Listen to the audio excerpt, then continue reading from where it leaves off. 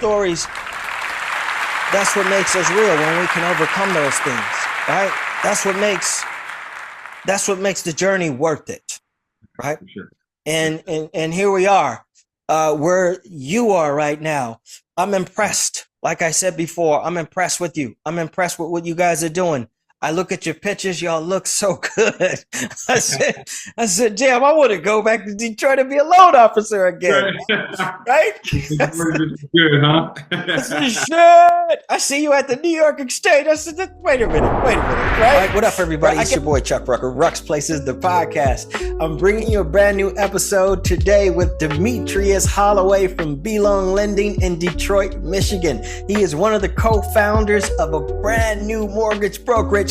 Well, not brand new, but new mortgage brokerage started in 2024 with his partners, Jalen Scott and Antoinette Gassaway.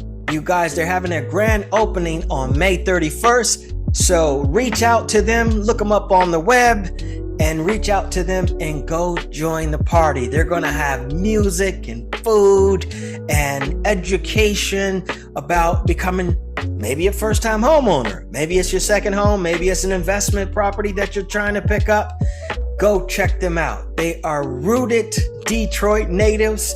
They are educated in the loan and mortgage business, and they will definitely help you, reach your goals and your dreams of home ownership. And the big part of home ownership is generational wealth. Go check them out on the web, okay? And check out this episode with Mr. Holloway, and you guys will see that this man is about the community in Detroit, right? He is about generational wealth, and anybody can come and get educated. Anybody can come, if you're ready, and get what you need in order to get you on your way to home ownership.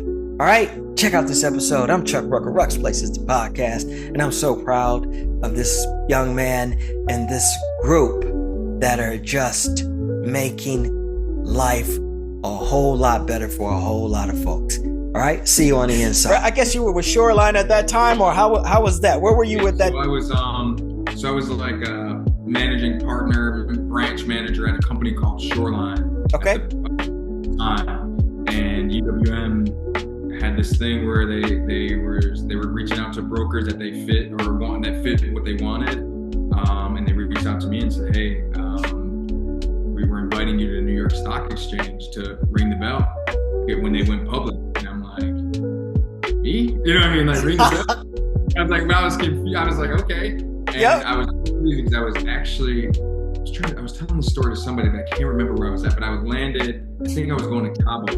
I think it was my nephew. I was going with him on his like spring break. I was like the chaperone. I'm the cool enough uncle to chaperone, I guess. We landed in Cabo, and I see this email, and it's like, we had talked about them saying they wanted me to come, but there was nothing in writing, or I didn't have anything. They just told me about it. When I landed, I had this whole email thing. It was like, you're going to New York. This is the date. Ringing the bell. And I'm like, it was just like surreal. I'm like, wait, I'm about to literally, like, I'm in Mexico right now. I'm flying back. The next day, I'm going to New York, and I'm about to ring the bell in New York. It was crazy. It was a cool experience. Actually, my nephew that was on spring break, I brought him with me.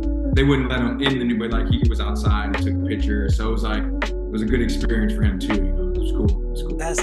I can't imagine your heart. I mean, were you nervous? My heart would have been like, whoa, you know. It was like we weren't doing any like. It was more like we went there and we stood, you know, Matt Ishby and all them were there. So they were ringing. We were there like kind of holding the bell. They did more of the ringing. Okay. But it was still not so much nerve, but it was just surreal. Like, wait, I'm at the New York Stock Exchange. I'm walking on the floor with people. I'm ringing the bell. Yeah. We toured the whole facility. We ate there. We took pictures there. It was just like, I'm just like, whoa, it was more like, whoa, I'm here. You know what I mean? It was crazy, but it was really cool. Absolutely. I can imagine, man. All right. So let's get into this, man. Like, okay. What got you into the mortgage business and why? So it's kind of funny story. I wasn't even planning on mortgage. I didn't even know what a mortgage was when I was graduating Michigan State, but I was leaving. I got offered the job when I graduated Michigan State to work at BP in Houston. I was going to be on their logistics team. And when I kind of thought about it, I was kind of like on the fence or nervous to like leave the state. And I'm a mama's boy, grandma's boy, and just being that far, and it was just kind of like I was kind of nervous, so I kept pushing my like start date back to go to. And everyone's like, "What are you doing? Like you're in Houston, you're about to work for BP, you're about to make all this. You're out of Michigan." I just was like, I was just kind of uneasy about it. But in the meantime, my buddy, still close today, one of my first original friends from growing up, he was a leader or just kind of like a little bit kind of higher up at Quicken Loans. And he's like, well, while you figure it out, you can talk to people on the phone. You're good with people. Come work here, make a little bit of money until you figure everything out. Come work on my team. And, and then when you decide to leave, if you want to leave, you don't, whatever it is, you can go. But I just needed something to make some money while I was just figuring out what I was going to do. Okay. And I got there. I liked it. I started making a lot of money. It's kind of had the university culture. It wasn't like a stiff corporation. I mean, it was a corporation, of course, but it was a lot of young people. We're downtown. That was right when Detroit was really coming up, and it was just good. It was a bunch of people my age. We'd go hang out. I would go home. It was a good time. And I'm like, I liked it. Yep. And so I stayed there for 3 years. And then I moved over to United Wholesale Mortgage. I was there for 3 years. And then in 2019, a buddy of mine had started his own mortgage company. And he's like, I think you'd be good at, doing this on the independent side. And this is the kind of margins we're making on this side. And I'm like, they're paying me this. I can make this. I can have a bigger impact on this side because I'm actually communicating with the people. Let me just try this thing. And that's what I did. That's how it started. Like I said, I didn't even know what a mortgage was when I was graduating Michigan State. I was in logistics and supply chain. It was completely not even, it was finance to an extent, but not even anything with numbers really, so it's kind of bizarre, but here we are, I got into real estate, right? Like I said, right out of college. My wife was working as an assistant. She was answering the phone. She was doing all kinds of stuff in real estate, like almost every job outside of mortgage stuff she was doing. So she would be like, can you go over to this open house with me? It's a $2 million property. Okay, sure. Why not?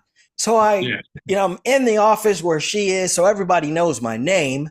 Right. And I'm like, well, they don't seem to be, doing anything that I don't feel that I can't do. Right. So I get into the business. What am I going to do? Where do I start? What's the do's? What's the don'ts? And one of my managers took me out, sat me down before. He wasn't a manager, he was a friend manager. Sat me down in a restaurant and he said, Chuck, there's no do's and don'ts. You just do. Right, you just go make it happen. And so I got to join a young brokerage. But, I come through the door and there was some friction in there. There was some guys who had some things to say about me being there. I'm the only brother. My mentors are African-American, half Chinese woman who did me a service. I wrote a book about it. It's on Amazon, shameless plug, How to Survive Your First Year in Real Estate. But she taught me the game, right? The hard way. And then we have these like broker meetings we have caravans here. I don't know if you guys have caravans with the realtors. They all meet up every Tuesday morning in the Beverly Hills area, sort of. And then in Pasadena, California, where I started at, they definitely have a caravan where all realtors meet up and they each go up in front of the room and pitch their first open, their broker open, for all the realtors to come and see it before the public gets to see it, right? They serve lunch, right, at these opens, which is great because some of our lender people will ask, can they come over with some materials, about the loans that they're doing and their structuring and how they're doing it. And they set up lunch, or the lenders will buy the lunch. And as the brokers come in, the realtors come in, they get to, oh, this is a bit of information about what the rates are today, and da da da da da, right? And here's some free lunch, right? And so in Pasadena, they're very conservative, very classy, like where I really learned how to do this business the right way, right? So you just pop in if you're hungry. You may be broke, like a lot of us were. You could go to an open house and get some lunch and get to see the property. So that was you doing your homework of the properties because you were out touring properties, and just so happened everybody was there. So we all meet up. A lot of us jumped in the cars together and we went on broker opens together, right? Which made it cool. We got together, a bunch of realtors like each other. We running into each other. Hopefully we're going to be on the other side of the deal. The lender's there. Hey, what's up? What's up, Demetrius? What's up, Chuck? Hey, you asking me, you got anything I can look at right now? What you got? What you working with? And because we're out in foot traffic, we're touching each other. I don't have to call on you. I'm touching you physically. Yo, what's up, man? Hey. And then, so I'm going to have you in mind later. Right. When something comes across my desk, like, yeah, I got something that, you know what? I'll match you guys over with Belong Lending over there, right? And then we got a deal, and then we build a relationship that way. So that's how I learned how to do real estate. Then a mortgage broker came over and said, yo, man, I love the way you operate. You're on fire. You got a pride. You're making deals. Join me. Right. I said, I'm doing fine over here. Right. Right. But eventually, hey guys, this episode is sponsored by Rucker, RETC. That is Real Estate Independent Transaction Coordination for all of you Southern California realtors with the major brokerages like Compass, Sotheby's International, Berkshire Hathaway, Coldwell Banker, Core Real Estate Group, which is my family, and the list goes on and on. Mom and pops, it doesn't matter. Reach out for independent transaction coordination services done with perfection, right? You can find them at www.ruckerretc.com and reach out for all of your independent transaction coordination needs. Also, this episode is sponsored by Belong Lending in Detroit, Michigan. The people over there at Belong Lending are disrupting the mortgage business. They are helping first-time home buyers realize home ownership and generational wealth. Go check them out on the web. Reach out to Demetrius Holloway, and I guarantee you, you won't be disappointed. Okay, let's get back into the episode. So you're 11 years in, as we have previously spoken about it, 11 years in, and you find yourself where you are today, starting this new brokerage. If you could tell us a little bit about what you're doing first. I found a company called Belong Lending with two other partners, Jalen, Scott, and Antoinette Gassaway. So we all actually, when we mentioned earlier about Shoreline, we all worked at Shoreline together. And kind of similar how you've talked before, there's a couple changes that were coming about at Shoreline, and we kind of noticed the things, and us three kind of just started talking like, hey, what would it look like if we create our own Shoreline, which is now obviously Belong Lending, or create our own brokerages? What would it look like? What do we need to have? What do we need to have in place? And all of like 2023, we kind of every day would meet and say, hey, this is what we need to do. This is how we would want it to look. This is how we would feel. This is how we want to treat our employees. This is how we want to pay our employees. This is what our name's going to be. And for, 6 to 8 months, we literally just kind of in the background built this thing. Yeah. And then 2024, we launched Belong January 2024, but we all come from similar backgrounds. Like Antoinette and I both worked at Quicken Loans and UWM together and Shoreline. Jalen worked at UWM with us and Shoreline. So we all come from that same background and understanding, and we all came right out of college and went to a UWM or a Quicken Loan. So I think it was a good mesh because we came from similar backgrounds. We knew the corporate side of mortgages and how it should look, because we've noticed on the broker side that a lot of brokers, some people just start a brokerage, but they've never had that corporate experience. They're just like, hey, I opened up my doors. Now what? You know what I mean? We already kind of knew how the look and feel should be from our previous experience. So I think that's kind of set us a little bit apart from other shops too. Wow, that's awesome. So you had a structure in place already. You just Right. weren't like piecing this thing together. You guys actually had that idea and actually how to get it done. And Right. that helps, man. I know that I can't imagine how that helped because starting from scratch, as you know, It's a little ooh, it's it's a we lot. still scratch, but we had a little bit of a foundation as opposed to some people just Right. starting. You know what I mean? So you guys have that knowledge base already, right? Yeah. So again, you know how a mortgage office should flow. So Right. okay, so then you guys start Belong Lending, and you're under someone else's roof time, or So 2023 we were working at Shoreline. 2024 we opened up Belong January, full throttle, our wow, own shop, looking under anybody else. So it's been ours from the start in January of 2024 was a so 2025 was our first full year, and we were in the suburbs of Detroit, yep, and now we moved in February to Detroit, and we're having our grand opening actually this Saturday. So yeah, yeah.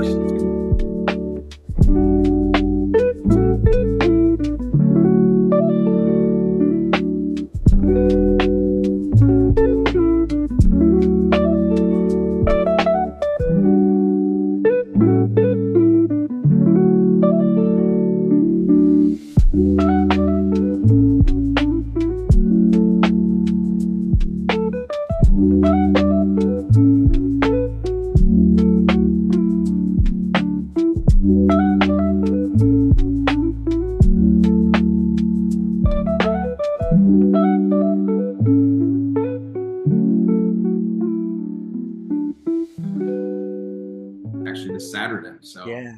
first, so it's gonna That's a we're beautiful thing. gonna be Let's excited. talk about that a little bit. But before we go there, my question to you is tell me a little bit about buying in Detroit, right? Because the reason I asked that question is I know when I first got into the mortgage side of business, I Yeah, had friends in Detroit, and at that time, they were auctioning off properties on the courthouse steps, I guess, right? So you can imagine that was years and years and years ago. But some of my guys had 20, 30 properties, right? yeah, And they would call me in California and say, can you get me liquid? And I would be like, well, yeah, I guess, we could do business in Michigan. Sure. Let me see what you got and let me look at scenarios are and let me see how I can help you. We can pull some money out, refinancing some things, and we were able to do that. But that's been years ago. So now I know the situation at that time, what Detroit was like. What is buying a home like in Detroit today? yeah. Detroit is it's a cool, very, very thriving place right now, but it's a very unique place, or a unique place to buy because, it's kind of it's I mean, I've never been anywhere like it, but I'm sure there is places like it, but it's Detroit is like block by block, you know what I mean? And they have a lot of like micro communities within the community. So, I mean, for instance, we just moved to New Center. It's one of their thriving new up and coming areas, but the houses in this area probably 200 to 300,000. You go 1 mile up, it's Boston Edison, and these houses are going for $1 million, and that's where Barry Gordy's house used to be, and all those people used to live. And then you go 2 miles up, and then you're kind of just in a community where it's houses are back down to probably 50 to 100,000. So it's like it's block by block, mile by mile. And I feel like there's no other place you can get a house. You can be in a city and you can go 1 mile and you get a house for 50 grand, and 2 miles up you could be buying $1 million house. It's a very unique city in that way, but it's also I think it's really cool because there's a lot of places you can just buy and fit in. Very the margin of entry is very low to get in and invest. A lot of people. That's why a lot of investors are coming. If we want Yeah. to go to California, you need $1 million easy. Detroit, you can buy 6, 7 houses, fix them up, and sell them, and have a nice portfolio. And now the revitalization of the downtown area, which is, 2 miles from our new area. I mean, the thing is, it's booming. We have all the arenas downtown. It's a new restaurant popping up every other week. Yep. New something new is coming every other week. So I feel like it's a cool time to be down here, and it's a cool time to live in Detroit because it's just we're on the ground floor, and it's something new to try every day, every week. So which I enjoy the most. That is so awesome. I'm telling you, I've been, Detroit is my home, right? Born and raised in Detroit, Ecorse, River Rouge area. And I was on the west side of Detroit throughout high school, Yeah. and after high school, I went over to first of all, I went to Detroit College of Business for a couple years, right? And then when the money ran out on me, I had to figure out another kind of, situation. So I ended up at Wayne County Community College or something like that, right? Does that still exist? Yeah. Yeah. Okay. So I did that for a minute. And then I jumped on a truck and did, 18 wheeling with JB Hunt for a minute out of Bellevue. And I was like, this is not what I want to do. I was all over in Canada. I did dedicated logistic route throughout Canada. And I was like, this is not what I want to do. And so I came back one day to drop my truck off after almost dying in the truck. Somebody woke me up. I fell asleep at the wheel. And when I got back, I said, I'm done with this. And then my older brother said, let's started a clothing line. Let's move to California. And he had been to California for a while. Him and a friend started a clothing line that got us into Black Hollywood. And we got to know everybody everybody who was anybody at that time. I left Detroit and said, I don't want to go back to Detroit ever, right? And I look back now and I talk to some of the realtors and I see what's happening, with the stadiums. And at one point, it was like the MGM was across the water at some point, and they were trying to get people to draw people back to Detroit. And I was like, maybe I could do that. And some of the realtors said, yeah, you got to come back and see what it's like today. It's a whole different world over here. And I'm hearing that from you, right? Yeah. You definitely got to come back. I mean, the downtown and like the outskirts of like the downtown, like the cities outside, like there's downtown, there's midtown, and then there's New Center, there's Boston, like all those areas outside. It's just so much happening. It's so cool. You definitely gotta come check it out. Okay. Now talk to me about the myths about home ownership in Detroit. Yeah. So everybody thinks that you have to have 20% down. Mm-hmm. And you don't. If you're first time home buyer, you can put as little as 3% down. If you've purchased a home before, you can put as little as 5% down. If you're a veteran, you can put 0% down. If you're buying in the rural areas, 40, 50 minutes away from, the Detroit area, you can put 0% down on a rural development home. So there's a lot of options, and I think a lot of misinformation is out there. I think, just getting in front of or having the conversation with a loan officer will be better suited for people, because a lot of people listen to people who have never owned a home and they never call, and they're just sitting back and they're like, man, I didn't know it was this easy. I could have did this 2 years ago, 3 years ago. Exactly. It doesn't hurt at all, and that's what I think we pride ourselves on a lot is education, so I think even just having a conversation with somebody that has the knowledge, do it. It is so true. I thought 20% down, especially where I'm at in Beverly Hills, is 20% down or is all cash. So let me ask you this. Why would someone choose Belong lending over another mortgage company? So it's kind of a little bit what I mentioned, but I think what it is that we pride ourselves on, again, education. So It's not like people called and say, hey, I'm working with this person. Do you think I'm getting a good deal? And I'm, I know I'm not going to do every deal, but I'm willing and I'm open to help other people out, because I just want to make sure the home ownership happens for as many people as possible. So we pride ourselves again on education, and then we're also speed and service. Majority of our loans are closing 15 to 20 days, and we don't work banking hours. You can call us on a Saturday at 8 p.m. You're going to get somebody. As opposed to you work at a credit union. and you call them at 6 o'clock, that ain't happening. You'll talk to them on Monday. You know what I mean? So I think the education piece, speed, and the service is what we pride ourselves on. That's so awesome. Now, why would somebody buy a house today? Generational wealth. That's my biggest thing. I always say to people, why would you pay somebody else's mortgage when you can pay your own? Yeah. And people are always, they're nervous. Oh, I got to put the money down, or what if I can't make the payments? You can always sell the house and get the money back. You know what I mean? That's always the case. But when you're renting and you're paying somebody else's mortgage, you're still going to pay a mortgage. Just who's you going to pay? Theirs or yours? That's my kind of saying on that. Exactly. I'm with you 100% on that. There's a whole other conversation that we could have behind that, but real quickly, talk about your opening May 31st and where and what's that going to be like? Yeah, so it's gonna be a fun, thriving, fun event. We got Mary Sheffield, who's the district council president currently. She's in the mayor race for Detroit. She's cutting the ribbon. We got food truck. We got food truck outside, food in here, like hors d'oeuvres inside. We got a DJ, open bar. We got our rooftop. It's just going to be good vibes from 2 to 5. It's going to be a good time, really good time. And then it's our we like to say, it's our thanks to, or giving back to the city of Detroit, because majority of our deals have been in Detroit.